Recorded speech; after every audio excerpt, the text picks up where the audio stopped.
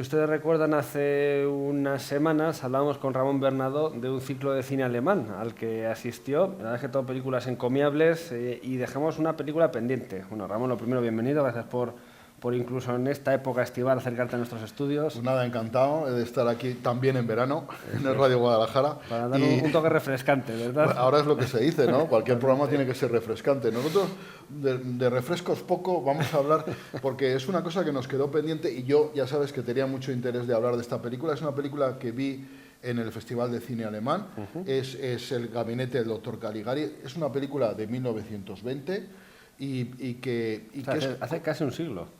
Hace casi un siglo, 95 años, y que es considerada como la primera película de terror de la historia del cine. ¿Vale? Desconocía yo ese dato. Pues sí, es considerada eso, y es una película que la vimos en el Festival de Cine Alemán porque esta película ha sido restaurada, remasterizada y pasada a formato digital para poderse ver en salas en condiciones perfectas.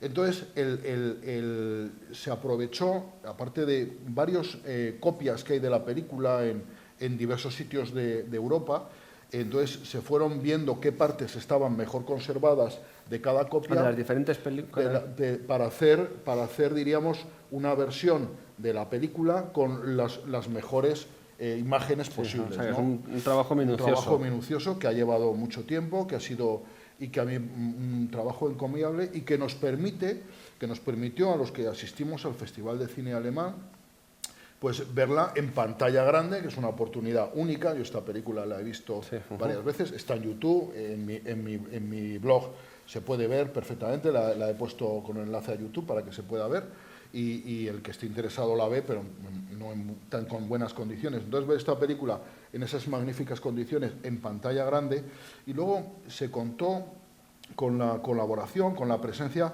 de Rafael Marionó, que es un DJ y un experto de música electrónica, que fue el que puso la banda sonora a la película en directo durante. Entonces, lo de la música electrónica a mí es una cosa que no me convencía mucho. Entonces, bueno, empezó ahí chirriando la música y dije, esto va a ser lo peor, como diría nuestro amigo Pumares, de esto nada bueno se puede esperar. Entonces, pero luego la verdad es que mejoró. Yo creo que empezó chirriante, y a mí eso que la música electrónica, insisto, que no me gusta mucho, y al final yo creo que sí que consiguió dar el tono a la película. Entonces, la sala estaba absolutamente llena. Yo tenía pase de prensa, pero aún así había que reservar la entrada con varios días. Yo fui previsor y la saqué, y la sala, ya te digo, estaba llena, y eso que valía 10 euros, o sea que no era una entrada barata, que para ser un festival, y la sala estaba llena, y fue presentada oficialmente por... ya sabes que esta película pertenece a UFA, que es la gran productora de películas alemanas. Entonces, la película es una película absolutamente fascinante, en la que lo que más a mí me llama la atención son los decorados que aparecen en la película. Son unos decorados abstractos, absolutamente de forma irregular, unos decorados que te sumergen en un mundo onírico, ¿no? Y la película nos viene a contar pues un profesor, el profesor Caligari, que es capaz de dominar a un sonámbulo y hacer que cometa asesinatos. ¿Vale? La película va de eso, y entonces hay escenas, claro, es una obra maestra del expresionismo alemán, y entonces hay escenas en las que se juega con la sombra. Las sombras en la película son una parte no importante, es como una segunda película dentro de la película, ¿no? Una cosa lo que se ve y otra las sombras que se van proyectando. Entonces, por ejemplo, hay un asesinato que a mi modo de ver es magistral, viendo como una sombra ampliada comete el crimen, ¿no? Entonces, hay momentos absolutamente estupendos en la película. Es una película, a mi modo de ver, arrebatadora, y que además tuvo su polémica porque su director, que es Robert Weiner, su pretensión era hacer una crítica de la situación alemana, ¿no? De esa situación alemana de opresión, en la que ya se vislumbraba un futuro que luego llegó a ser la Segunda Guerra Mundial. De hecho, hay una producción, una obra literaria que habla del doctor Caligari a Hitler, es el título de la novela, y que habla de la conexión y la Alemania de esa época, ¿no? Y entonces intentaba retratar esta Alemania un poco opresiva, un poco dictatorial y tal, y entonces los censores alemanes, que ya debía de haberlo, se dieron cuenta del asunto y obligaron a introducir unas escenas iniciales y otras finales, simulando que todo era la locura de un personaje, ¿no? Y de hecho el doctor Caligari sale al final de la película como el director de un psiquiátrico, un hombre súper bueno y tal, ¿no? Cuando durante la película es la representación del mal. Entonces, he puesto un resumen del guión en la web. Entonces yo recomiendo, si alguien se atreve, que vea la película y que luego lea el guión, que lo haga en ese orden, y porque diríamos que se enriquece leyéndolo después y comprende mejor la historia, ¿vale? Muy bien, entonces, o sea que recomendable a pesar de la antigüedad de esta película, ya son casi 100 años. Sí, y yo creo que es una de las grandes películas de la historia del cine. Ya sabes que pues en estas listas que siempre se hacen y tal, pues bueno, pues yo que sé, ya sabes que hay un libro que es Las 1001 películas que nadie puede dejar de ver, ¿no? Pues el gabinete del doctor Caligari está, sin duda, claro. Lo que el viento se lleva, imagino que también. también. Sí, también. Y 8 apellidos vascos, yo creo que también, con lo cual al final terminas diciendo, bueno, aquí meten cualquier cosa. Pero bueno, está con mérito, ¿no? Con mérito. Y desde luego yo invito mucho al espectador que quiera verla, pues que se fije mucho en los decorados de la película, ¿no? Vale. Esos decorados que son absolutamente fascinantes y que te introducen en un mundo ajeno a la realidad. Y además eso hace que la película sea al mismo tiempo muy actual, porque ahora mismo nadie hace algo así. O sea, que esto que se hizo en 1920, ahora nadie es capaz de hacer una película así, nadie es capaz. Entonces, a mí me parece una cosa muy valorable. Agradezco mucho que me hayas dejado hablar de esta película, porque cuando hablamos del Festival de Cine Alemán, que me gustó muchísimo, pues no tuve la oportunidad de... Tuvimos que hacer un sprint al final. Al final sí, porque... Entonces, el tiempo encima, vale. Pues bueno, una película, insisto, muy valorable, muy recomendable. Y que podemos ver en este verano sin problemas. YouTube, está en YouTube, en mi blog se puede entrar, ahí están mis comentarios y un poco ver cómo... Y el guión de la película también. Bueno, y pues, si quieres, hablamos ahora de cosas para ver este verano. Efectivamente, ya hemos visto Hemos puesto la faena esta de ver el gabinete del doctor Caligari y podemos ver también... Espera, que se ha caído esto, como es costumbre. Ahí, así. Y podemos ver este verano también series, ¿verdad? Sí, series, que es un buen momento para ver, para disfrutar de series. Y os voy a recomendar las series... Ya hicimos un programa de recomendación. Os voy a recomendar 2 series más que a mí me entusiasman, ¿vale? Venga, vamos con ellas. Mira, vamos a empezar con la que he visto más recientemente, que es House of Cards. House of Cards es he visto 2 temporadas, ya está la tercera, pero la tercera aún no la he llegado a ver.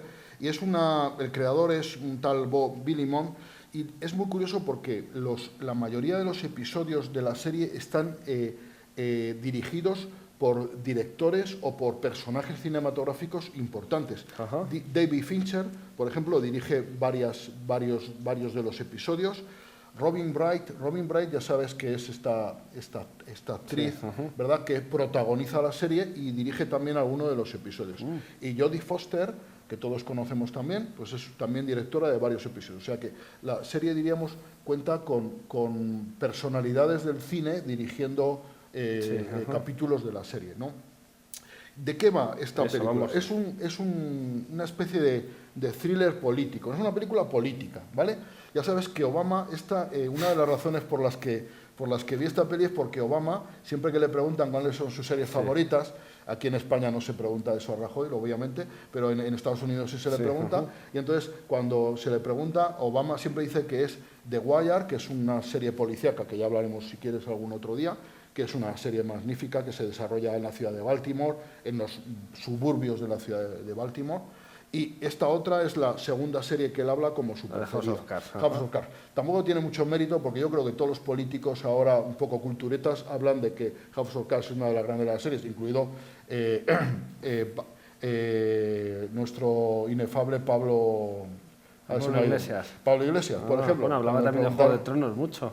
Juego de Tronos. Bueno, es un tronólogo, de hecho ha escrito varios libros ¿Ah, sobre sí? Juego de Tronos, sí, sobre y si le has oído alguna vez hablar a Pablo Iglesias sobre Juego de Tronos, aparte de que domina la serie magníficamente, le sabe dar toda una vuelta de tuerca política a todos los personajes de la serie magnífica, ¿eh? O sea que no es nada despreciable el asunto, ¿vale?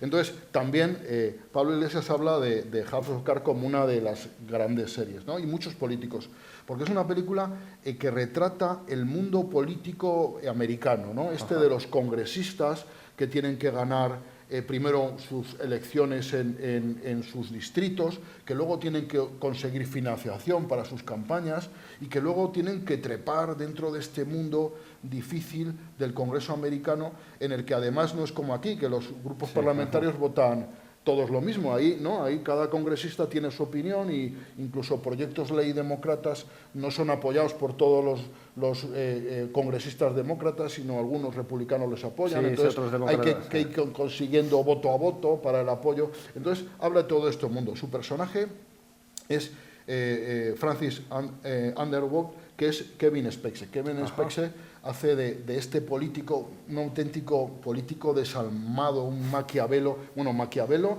no, Maquiavelo era un tontito comparado con Kevin Spacey. Kevin Spacey es un tío malo de verdad, sí, hombre, además, capaz de dar la vuelta a todo, de manipular a todo el mundo para conseguir sus objetivos y sus pretensiones. Que además da muy bien con el personaje, ¿no? Da estupendamente. Tiene una cara bastante inquietante a veces. Sí, y además encaja muy bien con el personaje, un personaje que resulta seductor, manipulador y al mismo tiempo cruel, extremadamente cruel, ¿sabes? Y que además la serie tiene un dato que a mí me gusta mucho, que es que de vez en cuando él mira a la cámara y se dirige al espectador y le hace algún comentario enriquecedor, que es una novedad dentro de la ficción. Esto es una cosa que no se ha hecho nunca, o sea que entonces es una novedad dentro de la ficción y está muy bien. Y su esposa, Robin Wright, pues es de los que ellos se juntan, es la pareja perfecta, porque es también manipuladora, malvada, ¿no? Y con ese toque de crueldad, de egocentrismo muy propio suyo, ¿no? Entonces la película, la serie va desarrollándose y él va consiguiendo manipular todos los caminos posibles para obtener sus beneficios, aunque le surgen graves inconvenientes que va a intentar ahí solventarlos. Bueno. Hay una frase que todo el mundo comenta. Él consigue, por medio de la manipulación, que el vicepresidente de los Estados Unidos convencerles que se presente para gobernador de su estado, ¿vale? Entonces, y consigue al final, manipulando, que el presidente le nombre vicepresidente, ¿vale? Y entonces, cuando jura el cargo, hay un momento estupendo, claro, él jura el cargo sin que le haya votado nadie para vicepresidente, ¿no? Y entonces mira a la cámara y dice, la democracia está sobrevalorada. Soy de Kevin Spacey, ¿no? Eso es muy de Kevin Spacey, muy de Francis Underwood. Y es ya te digo, una serie a veces escalofriante. Este hombre es un auténtico psicópata, un desalmado, ¿vale? Y es un personaje muy atractivo, porque además en esta serie es muy curioso, pero no hay buenos. O sea, aquí todos son políticos. Malos, son políticos, sí. Entonces, no hay buenos. Y los protagonistas, precisamente, lo que más te atrae de ellos es lo malos que son. Sí, ¿no? los retorcidos se pueden llegar a ser, ¿no? ¿Cómo puede haber alguien tan malo, no? Y entonces, ya te digo que yo la estoy viendo con pasión. Esta serie me está arrebatando.